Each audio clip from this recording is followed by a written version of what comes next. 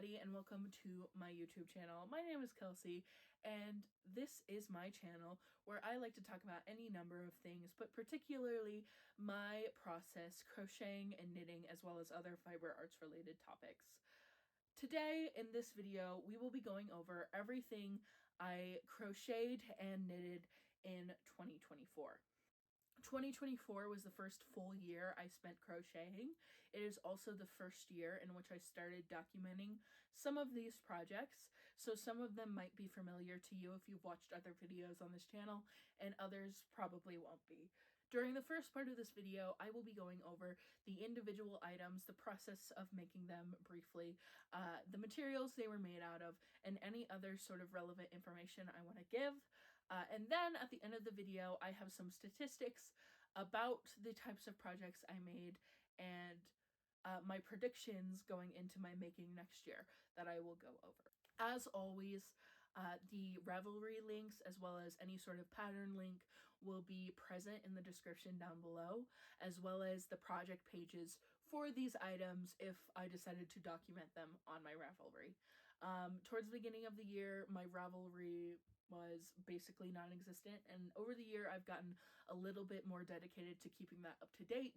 Still not to the level I wish it would be, but we're making progress. Also, I'm titling this Crochet and Knitted, but realistically I learned to knit fairly late in the year this year. So most of these are going to be crochet with some knitted accessories at the end of the video, and I hope you'll stick around to see them, even if you're less interested in the crochet. Before I get into everything individually, I do want to say that one thing that really surprised me when going over my year is how much I jumped around with my projects throughout the course of this year, especially towards the beginning of the year. Towards the end, I got really good at like starting something and just continuously working on it until it was finished. And that's where I'd like to stay with my making. I think it gives me proper motivation, and it doesn't allow for things to be left around and like cluttering up my brain space, my workspace, things like that. And it just overall is a more pleasant experience for me because I'm not allowing myself to get distracted all the time with different projects. But it was, again, very surprising for me to see how much I did jump around between projects uh, at the beginning of the year. So as I go through these, you will see that there are items that have a start date very early in the year, but the end date is like significant many months later. The end date is many months later in the year. Um, and I wasn't working on those items continuously. The start date was at one point, and then I got distracted by something else, and then I eventually came back to finish that. So going into the first item we made, and this is actually the first crochet wearable I made, which is probably evidenced by the fact that it has a truly insane fit. This is what I titled my acapella sweater. I could not be normal and just like follow a pattern or a tutorial for my first ever crochet, crochet wearable. So this is a sweater I made just off the top of my own head. This is using Woolies Thick and Quick with a 15mm hook. This is the color Pumpkin Dreamcatcher in Rouge. And this yarn is a blend of 80% acrylic, 20% wool. This thing is very comfortable to wear. I actually like, it's like wearing a weighted blanket, which if you're the type of mentally ill I am, is a very nice experience to have when wearing a sweater, which is probably why I enjoy a chunky crochet sweater. But it's very large. Like, it's supposed to be a vest, but I'll say this fits me more like a poncho when I'm wearing it. Ironically, out of all the things I made last year, it's probably one of my most worn and the one I think very fondly of when I wear it. Like, I think I look good when I wear it. Of course, there's like technical problems with the way this was made because this is the first ever item I made. I didn't do a very good job weaving in the ends, so I have like things that pop up occasionally. And also, like, the ribbing is like, I didn't know how to like, I wasn't positive how to do the ribbing. So one thing that I did is that I just created 2 strips of ribbing individually, then did like a matching length of like half double crochet and like sewed them together, which is not how I would do this now, knowing more about it. But this is still a very fun object to wear, and I do really like it. Not gonna lie, the time period in which I was working on the acapella sweater was December 16th, 2023 through January 1st, 2024. So this was only just technically a 2024 project. So once I completed this, I kind of bounced into one project, got tired of that, and then got distracted. Again, this is going to be a common theme, me getting distracted. We'll talk about what I originally started later, but the next item I completed was the Frances cardigan by Kukuruku Crochet. This is her. This is made out of hobby yarn. It is hobby Panettone. It is in the color red pink on the website. This is 70% polyamide, 6% metallic fiber, and 87% cotton. This garment, I think, for a second wearable and for like a DK weight project made by someone who is my size, this is like a well-made project. Like, I did a good job for the level I was at the time. However, I will say I started one side. This is a hexicardy. It's like an amended hexicardy.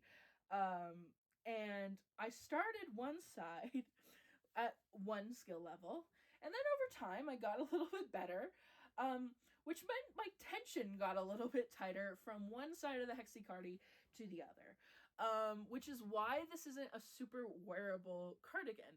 I'll try and see if I can track down the photos, but when I finished the second side, that one was so much tighter tension that when I compared the two, it was comical how much smaller one side was. And at that point, I was like, I'm not scrapping this. I'm going to trust the process and try and make this work, a la Tim Gunn. So I continued through the process. I added some extra rows, put it all together, blocked the ever-loving fuck out of this thing. And then I did all the finishing touches. One thing that happened, let me see if I can figure out which armpit it was. So with a hexi cardigan, you are constructing obviously from the center, and then the center is in the armpit. And I cut one of my ends way too loose, and it started unraveling like the armpit of the sweater when I was weaving in my ends. So I had to like surgery, like, get my embroidery needle and like a safety line of whatever spare thread I had, and like sew it together and like tie so many knots to save it. Um, so this, when it's put on, is just doesn't make me feel good. It, because of the tension issues, it very much slouches down my shoulders in a way that is not flattering. And also, these teeny little strings I created to tie the cardigan together, just not working. Like, if I were to ever stop and like go back and fix some of these, I would definitely get rid of those stupid little strings, because they are probably the thing that make this look like the most unpolished to like the everyday person. Like, obviously I notice things when I wear it that other people don't notice, because what they see is just like a sparkly loud cardigan. They don't notice like they probably don't notice how much, like, how uncomfortable I am with the way the sleeves are, but they probably do notice these dinky little strings I have in the front. So that's the second completed wearable I have for you. I was working on this cardigan through January 31st, 2024 to April 21st. April 21st, 2024. So this project was a primary occupant of my mind for quite a bit of time. And I do think that as the year has progressed, I have gotten faster with the amount of time it takes me to complete a project. I don't know what exactly to attribute that to. I did switch my job during that period of time, and then suddenly a lot of the mental health elements that made working on things after I got home from work especially draining was suddenly fixed because I was in a better work environment. So that probably had something to do. I just was like more awake and willing to dedicate time to it. But there's also another element of like, I just got better at doing this, and the more and more I worked on it. However, that improvement is not really going to be evidenced by the next item I have here today. There are two things that I made last year that I would consider to be like a fail, like something that I just don't like. And this is one of them. I made this hat for my brother for his birthday. It is made by It is made from Malabrigo. It is made from Malabrigo wool in the color Mecha Black. This is like their 5 layers bulky yarn. And this is a crochet hat. And honestly, this thing like was for my brother's birthday, and I gave it to him on his birthday with a gift card because I didn't feel comfortable just giving him the hat because I wasn't very proud of it. And then I asked him to give it back to me so I could undo it and then fix it this year.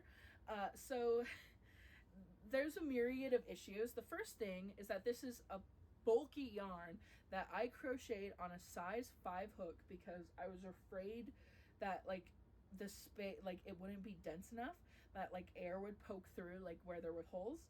That's not happening. Instead, I've just created the heaviest hat that has ever fucking existed, guys. And then every like a beginner hat tutorial recommends like, it's like, oh, you can just like for a ribbed hat you can just make a rectangle and seam it together. Not if you're using bulky yarn with a size 5 hook. Absolutely not. And I wouldn't even recommend that to you unless you're okay with a bunchy top of your hat. Like, there is a pattern that I used later in the year that would have fixed this problem and makes a better hat. Like, obviously, if you are brand new and the hat is the first thing you're ever making, yeah, maybe the rectangle is the way to go. But if you're at any other level, I highly recommend the fisherman's lid hat that I'll talk about later. And again, the link will be in the description because that is a much better crochet hat pattern. But anyway, so I'm going to frog this whole thing, and I anticipate that I will have a fuck ton of leftover yarn once I frog this because, again, 5mm hook, super bulky yarn, and it shouldn't even be that hard to frog because the top will, like, I'll just have to cut like where I seamed it because I had such a difficult time sewing it shut. This hat overall is just a mess. Not something I'm super proud of, but you know, you learn something when you do it. So I learned that I do not like just a rectangle hat seamed at the top. That's what we learned from this. I was working on this hat from February 17th to February 25th, so I just managed to finish it before my brother's birthday on the 26th. And yeah, that's it. Then I have the first item I ever filmed a crochet vlog surrounding. It is the Meggy Mesh by Kukuruku Crochet. I like this cardigan. It's a meshy cardigan. It is made from 100% Plymouth yarn. It is Fantasy Natural color 9427. I got this from Willow Hill Yarn Company. I will say one thing I don't like about this is that I just made it a little bit too big. I have an issue where I am fat, obviously, but so I'm like terrified of things being too small. And I've gotten better as time has gone on at not doing this, but I tended to err on the side of make it a little bit bigger when I first started, and this is definitely one of those projects. It's just a little bit big. It's still wearable, and I still enjoy it during the summertime. It's a very fun piece, and it was very fun to wear to Pride. And it was, it means something to me because it started off like me actually filming stuff in this niche for this YouTube channel, and that, like, I've filmed book content before, but I've been infinitely more successful in being consistent with crochet content, because I consistently crochet and I consistently knit. So this is a fun project to look back on, and I am proud about the way this came out. I love like the way that the yarn sort of pulled. It's overall just a very fun like project. I love like the rippling of the sleeves. It's great. It makes me feel like the mom in Mamma Mia when she's doing like the Super Trooper dance. I started this project when I finished the Frances cardigan in April. April 27th is when I started this project, and then I finished it on May 13th of this year. So honestly, I've had a pretty quick turnaround with this project. Not super surprising because I worked on it a lot, and it's a mesh like net, essentially. And then if you watched that video where I made this, you'll know that the second item I made was supposed to be for the part 2 of this video. And that is my second thing that I would consider a failure for this year. That is the Breast Friends Bralette by Aiden Wells Crochet. I made this to wear to Pride, and I worked on it through April 30th to May 27th. This is made from the leftover Plymouth yarn from this project. And then the white is Lily Sugar and Cream. And then the orange I used is another like Plymouth cotton, but I don't know the exact color. I didn't write it down when I made this, and I couldn't find it on the website, but I do know that I bought it from Willow Hill Yarn Company as well, and that's what it is. I know that. What can I say about this thing? I successfully wore it to Pride, which was nice. The fit is just way bad. It's just not good.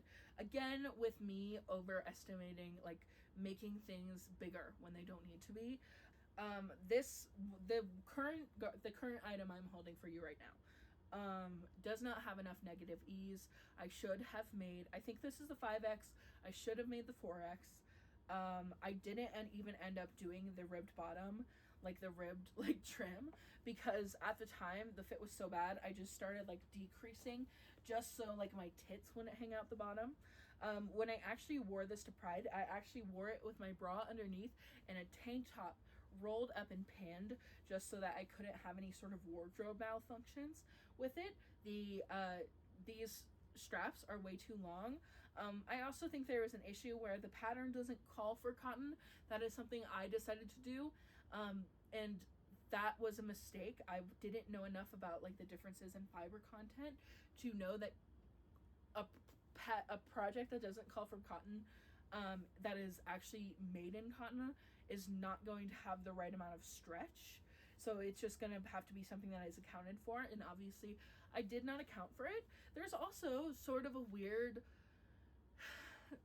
trick of the eye that happens with this item, where in some of the pictures that I took, if I was like at an angle, one tit looked like it was like higher than the other, which is not how my boobs are. Like, there are people, like, it is not uncommon to have boobs that are like different sizes. Mine are fairly uniform. Like, I think this one is slightly bigger, but not enough that it would look like one of them is like saying hello and then the other one is dragging on the ground. Like, that is not how my boobs are. So this project also this project made me so mentally ill that I had to scrap the entire video because it was me crying for like 3 days. When I realized how big this thing was going to be, I literally started boiling water on the stove so I could try and shrink it. That's the level of like mental breakdown and like panic I was having. And then this like Lily Sugar and Cream cotton brutalized my arm to the point, like, it was so painful to work on this, and I just wanted it to be done. And yeah, this was like, I like the pattern. I have considered that I might try and remake it to like redeem myself for Pride this year. But this specific item, like, I learned a lot from it, but I don't like this thing very much. It was like, it's the one thing I wore once and never again. Which, it's not a super wearable item anyway, so that's okay. Like, I wore it for the one thing I wanted to wear it to. But it's it's just not something I'm super proud of. The other thing I made during this period is also documented in that Pride Fit video. Um, and it is the granny square hat I made for my friend Kirsten. Oh shit, I didn't actually write the author of the pattern I used for this. I will link it in the description. It will be there, and I will put the title of like the pattern I used right here. The granny square hat, I used like a base pattern called the fisherman's lid hat. It's very nice because it has like a different, like, it accounts for the fact that you want the hat to go in while you're working in the flat panel.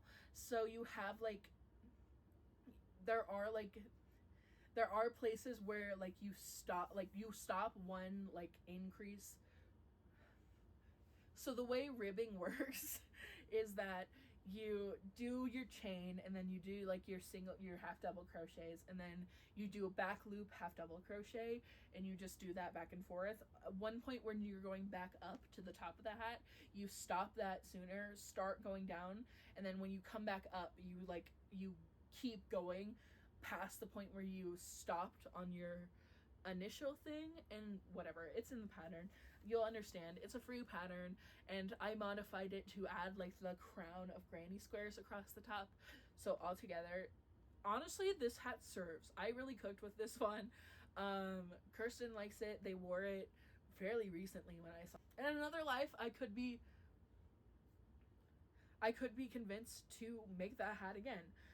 I was working on that hat from May 4th, 2024 to May 11th. And it's a fantastic hat. Another thing I made for my friend Kirsten for her birthday was this little like car hanging plant. I made the fern version. And the pattern is by Squibble's Crochet Corner. Again, linked in the description. I didn't make many notes for this project, which is L on my part. But I know I used some scraps of Lion Brand 24/7 cotton. I used the colors taupe, bay leaf, and amber. One difference and modification I elected to do was that for the leaves, I started following the pattern, looked at it, and was like, this is dumb, I'm not doing this. Which is not... There's a reason why the author did the leaves in the way she did and not the way I did, because I made the leaves and they were like fucking fully like spiral. I had to iron them to get them to not curl. Another thing I did is I weighted the car thing just so it wouldn't like, just so it'd hang more nicely when it's on the rear view mirror. I put like 5 cents of pennies in the bottom of like the soil, just so like it would hang with like a little bit more weight versus just like flying around everywhere, because it's made of yarn and polyfill. And I worked on that from like and that I didn't write down the dates for. Again, I didn't take very good notes for this project, but I know it took me like an afternoon. This did not take me very long at all. Like, if anything, it took me like a weekend. From April 21st, 2024 to June 19th, 2024, I started working on what I am wearing on now. And you can see that I started working on that and then changed my mind about what I wanted to make to wear to Pride. So this fell into the back burner until after Pride in June. And then this is the rainbow granny square vest from Premier Yarns. It is made using their Stitch Please worsted. This is the superwash version. And the colors used in this sweater are Capri, Jade, Sunflower, Hibiscus, Calypso, and Pearl. This is by far my favorite thing I made this year. I get compliments whenever I wear this out. I literally went to lunch today, and as I was throwing away my trash, this girl like turned around in her seat to say she loved this thing. I adore it. It's my favorite sweater. It is something I am infinitely proud of. I loved the trim that happened. I modified it a little bit from the pattern. In the pattern, you're supposed to use all the colors you use in the granny squares to make like a rainbow trim.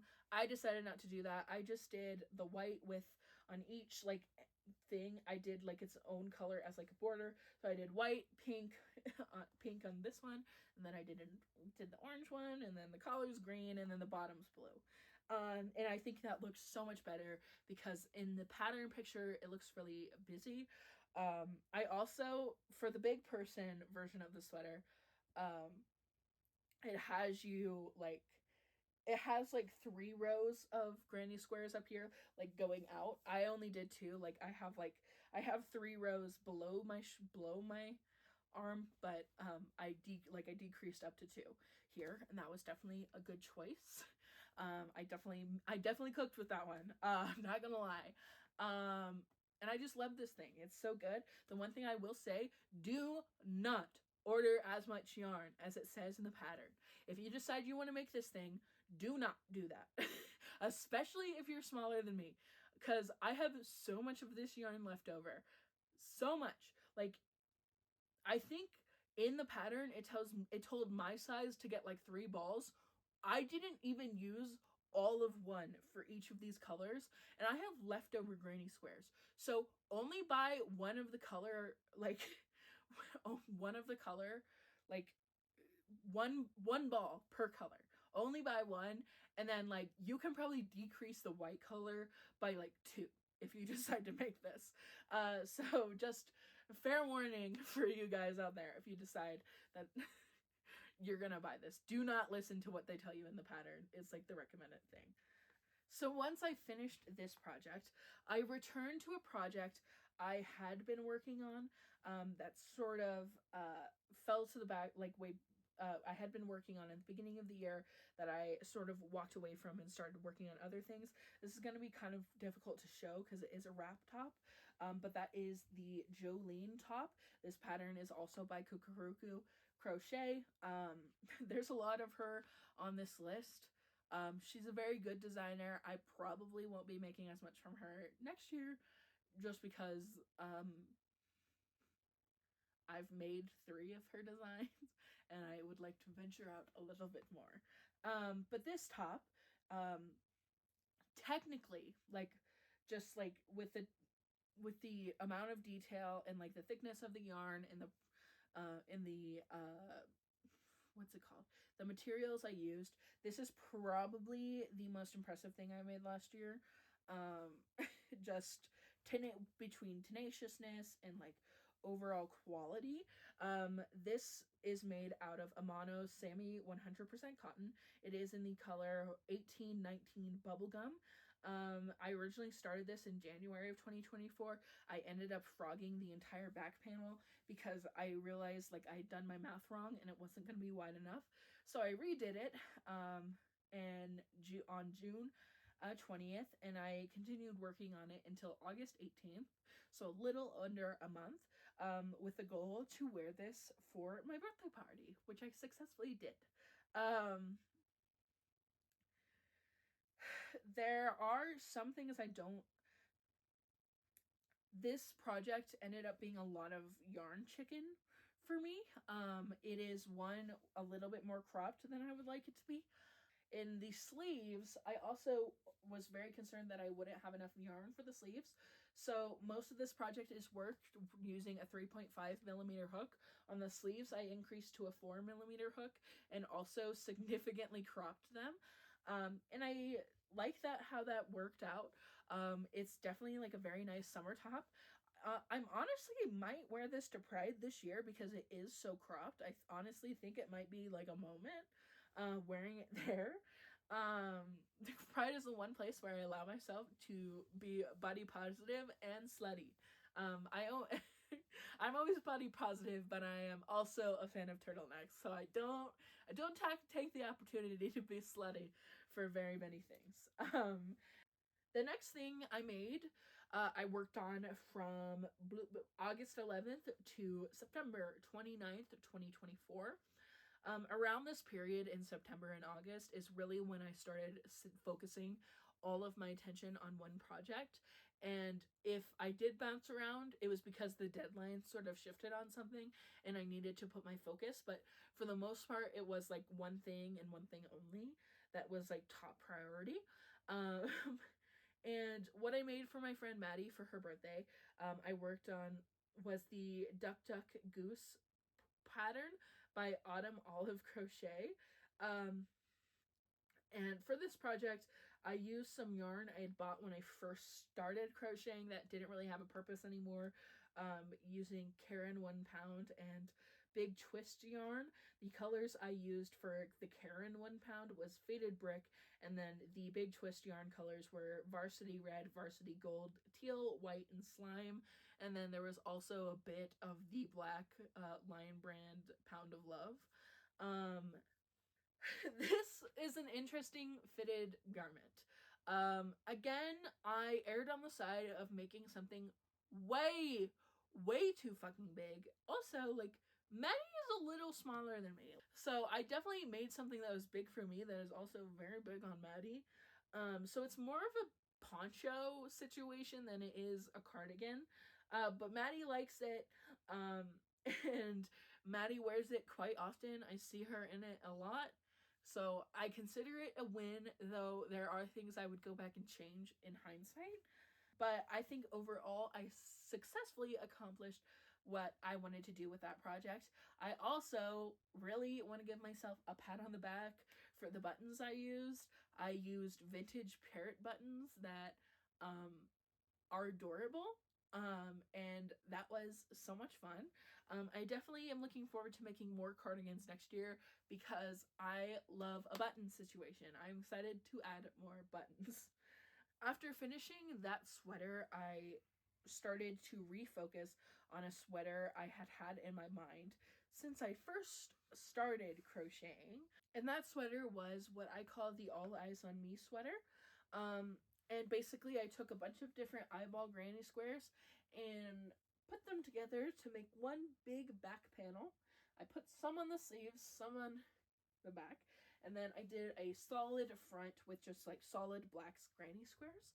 I worked on this from August 18th to October 27th, but there was a period in which I completely stopped working on this to focus on Maddie's birthday present.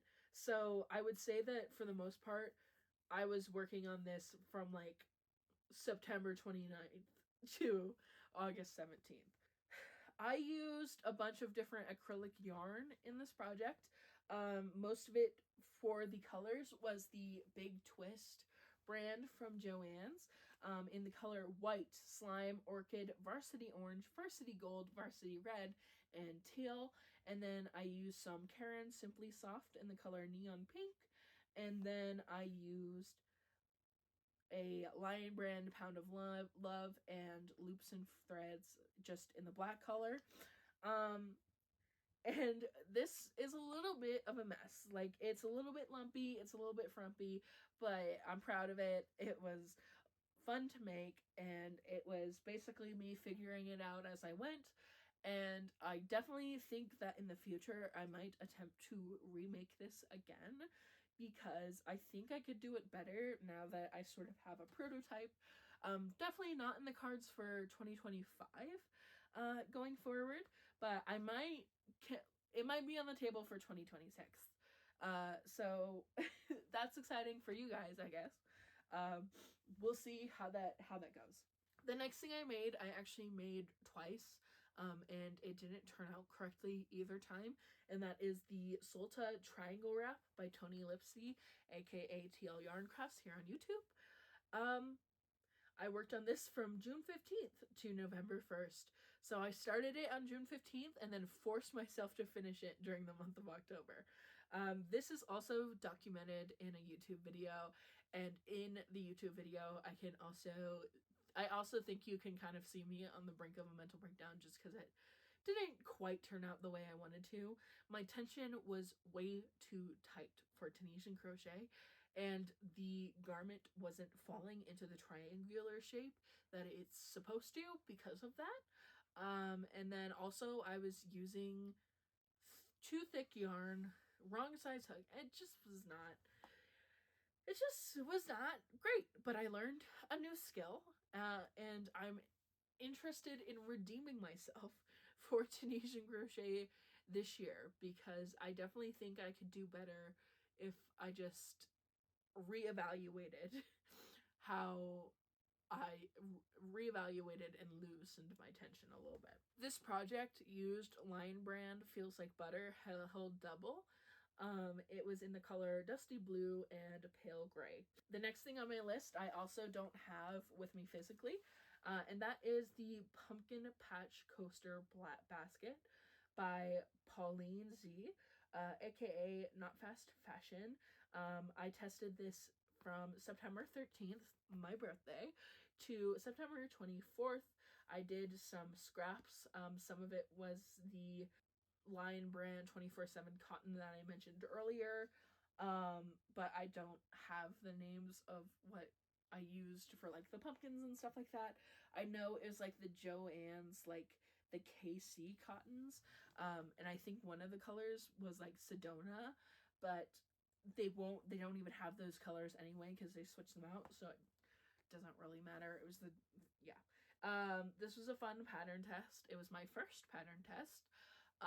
And it was super fun. I liked it. I gave it to my mom.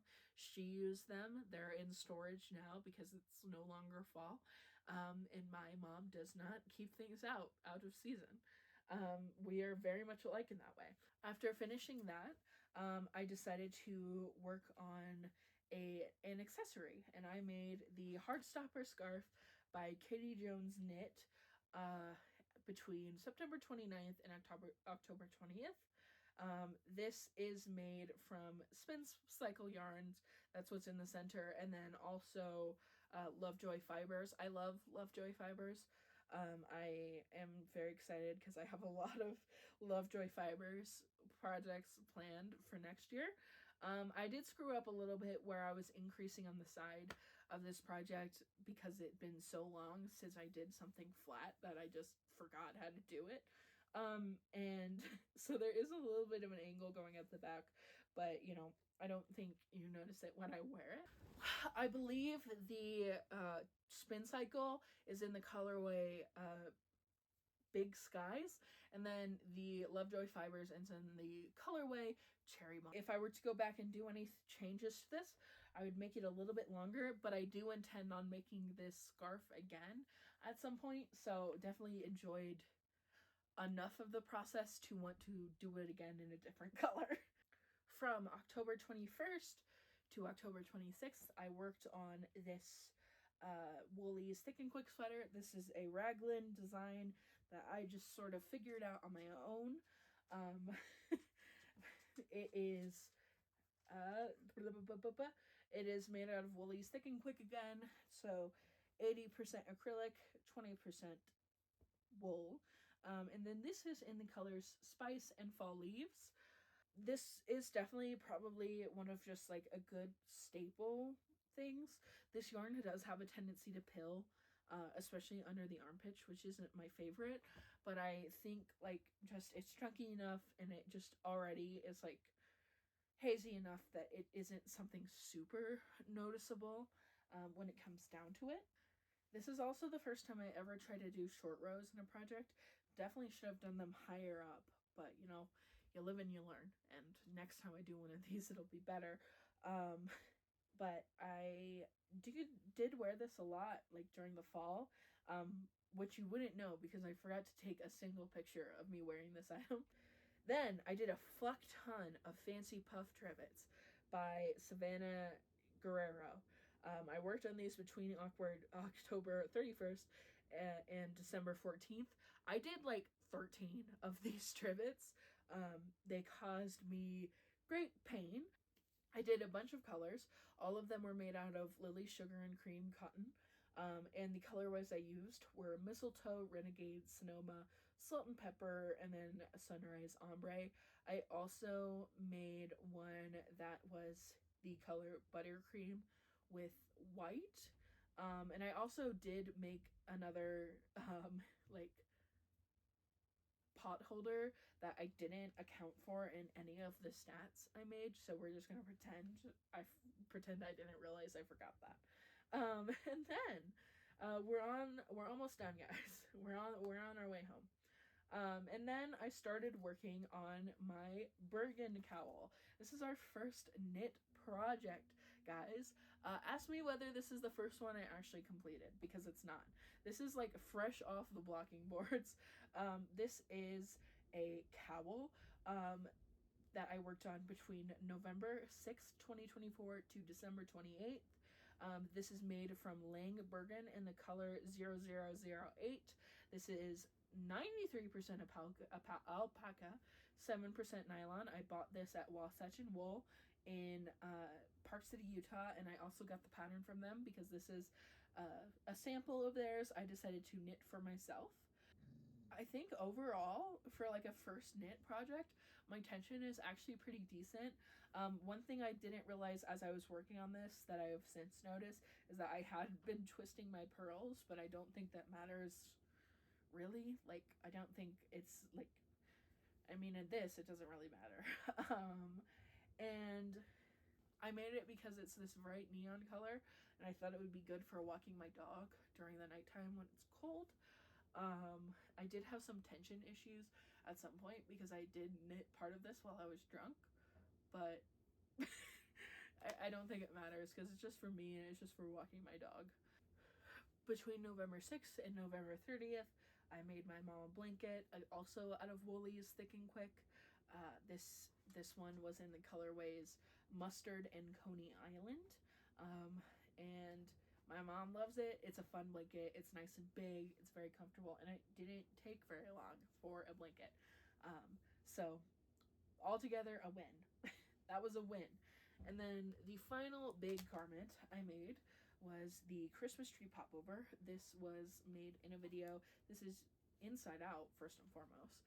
You can see my very shitty stitching of the star, but this is made using the Christmas tree popover pattern by Manatee Squares. This is using Big Twist Varsity Red, Varsity Green, and Deep Red, and also the same yellow, so Varsity Yellow, Varsity Gold, that I used in my other projects. I also used some beads that I got from Michaels and some like scrubbing yarn that I got from Michaels for it. This was a very fun holiday sweater. I said in the video that it has some weird bunching around the bottom that I don't love, but you know, you live and you learn. Yeah, it was fun to wear for Christmas, and I will wear it again next year. And then the final thing I have is a hat. I made this hat for my friend Laura for her birthday, not for her birthday, for Christmas. I still haven't seen her, so I have not given it to her yet. This is using the pattern Reiki Hat by Sarah Young. I worked on this from December 26th to December 22nd. This is a knit project. I use Malabrigo Silky Merino in the color 136 Sabidaraya. I ran out of yarn towards the end. Blocking was the real MVP during the process of making this item. Again, this is another one where I probably accidentally twisted my pearls. But you know, another one that I don't think it super duper matters. It's supposed to be a very drapey hat, and I think I successfully made a very drapey hat. So I don't think it particularly looks good on me, but I think Laura will figure out how to wear it. So there's that. And that's my final thing that I made during the course of 2026. To finish up this video, I went ahead and pulled some statistics from each of these projects to go over. My hope and my intention is that this type of video will be a yearly tradition.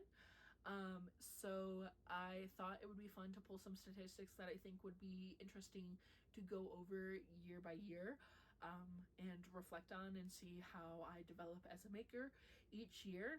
I will say that my data set was pretty limited this year because I only decided to do this at the very end of the year. So next year I will definitely try and keep in mind that there may be some categories I want to add, and I will also be attempting to take better notes of the things I do next year just so I can keep better track. I think a category I might add in the future is the like color I use, like just to see how like my color palette changes over the year.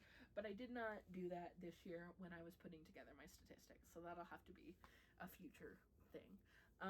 What I did what I did take statistics for is the fibers used.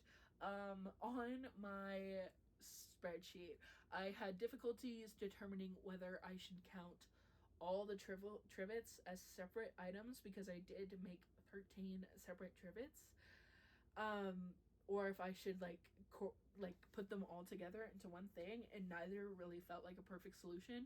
So I just did both, and the results change a little bit depending on whether the trivets were included, but I don't think it fully like rewrites the entire takeaway. So for fibers used, I made multiple versions of this chart.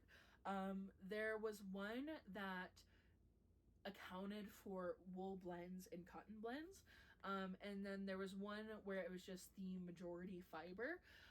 Woolies I counted as a wool blend on the chart where the blends were allowed. But when I did the chart where the majority fiber was the only thing counted, I put woolies as acrylic because it is an 80% acrylic yarn. I don't know is that would make mathematicians happy, but it felt right for me personally, and that's really who matters at the end of the day. So what is interesting about these charts, as I put them on screen for you now, is that my two least favorite fibers to work with are the two dominant fibers on this chart. Obviously, on the chart where the trivets are all put into one category, you see that it becomes the second most popular, but if you count for all trivets, it's the most popular, and that sort of equates to the same conclusion to me, which is that because Kukuruku Crochet uses cotton in the majority of her projects, meant that I ended up using cotton a lot as a beginner, and that is not the fiber I like. I would say cotton has probably been one of my least favorite things to work with. There are exceptions. I really enjoyed working with samey cotton, but as a whole, cotton really makes my hands hurt, and I just don't find that working with it is pleasant. I would much prefer wool, which is my favorite fiber and one of the ones that is least used with the fibers accounted for on this chart.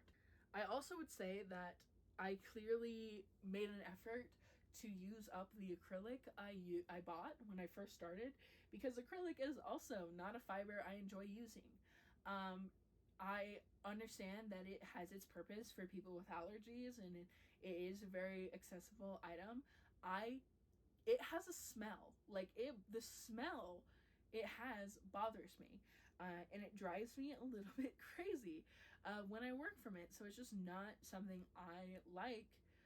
But you know, if you enjoy working with acrylic, more power to you. It's not any of my business, nor what I personally use. It's not your business either. So that was interesting for me. So my predictions for next year, going off of just that, is that there will be a decrease in the amount of acrylic used across the board. I've worked through a lot of that, and mostly what I have left is scraps that I don't have plans for, and honestly, I might de-stash or just hold on to going into the future, but not something I have any sort of plan on using next year. I will say that there are some projects I have planned that do use cotton. So while I anticipate there being less cotton used yet next year, I still think I will be using it for a couple projects, one or two, maybe three, depending on how things go. The next chart I made is probably one that will become more interesting in years to come. I decided to create a little chart for the percentage of crochet projects versus knitting projects. My crochet projects are obviously dominant, as there was only 2 knitting projects this year. There's also a little sliver dedicated to my Tunisian crochet project. This is more our starting point because I think it would be interesting to sort of keep this number in mind and see how this chart changes from year to year, especially since I already know that and I already have planned for more knitting projects next year. I'm still not sold on the idea of knitting a full garment for someone of my size. I feel like I'm more comfortable crocheting for myself, and I like the way the crochet garments I make look. So I haven't quite wanted, had the desire to do that. But I definitely have the itch for hats. I definitely be wanting to knit some hats and knit some accessories. And I have plenty of those planned for next year. And then the final chart I decided to create for this year is to sort out all my items into different categories of what they are. So I created 4 groups: blankets, garments, accessories, or decorations. And then I really realized that the 13 trivets were drastically skewing this chart in the direction of decorations. And I felt like that was disproportionate to the amount of time I spent on those decorations. So I decided to smush those together into just one trivet for the visual interest of this chart. Um, so, looking at it, obviously, about 50% of my projects this year were garments, which makes a good amount of sense, and I sort of think that number will stay about the same going into next year. And then 20% of my projects were accessories, and then the remaining 25% are decorations, with like the one blanket I made for my mom also sort of filling in that. I predict that next year we will see an increase in accessories. I see that taking a little bit of bigger piece of the pie. And I also think that next year, as this year, it didn't really make sense for me to break down the accessory category into smaller categories, because all I really made was one hat, and 2 scarves.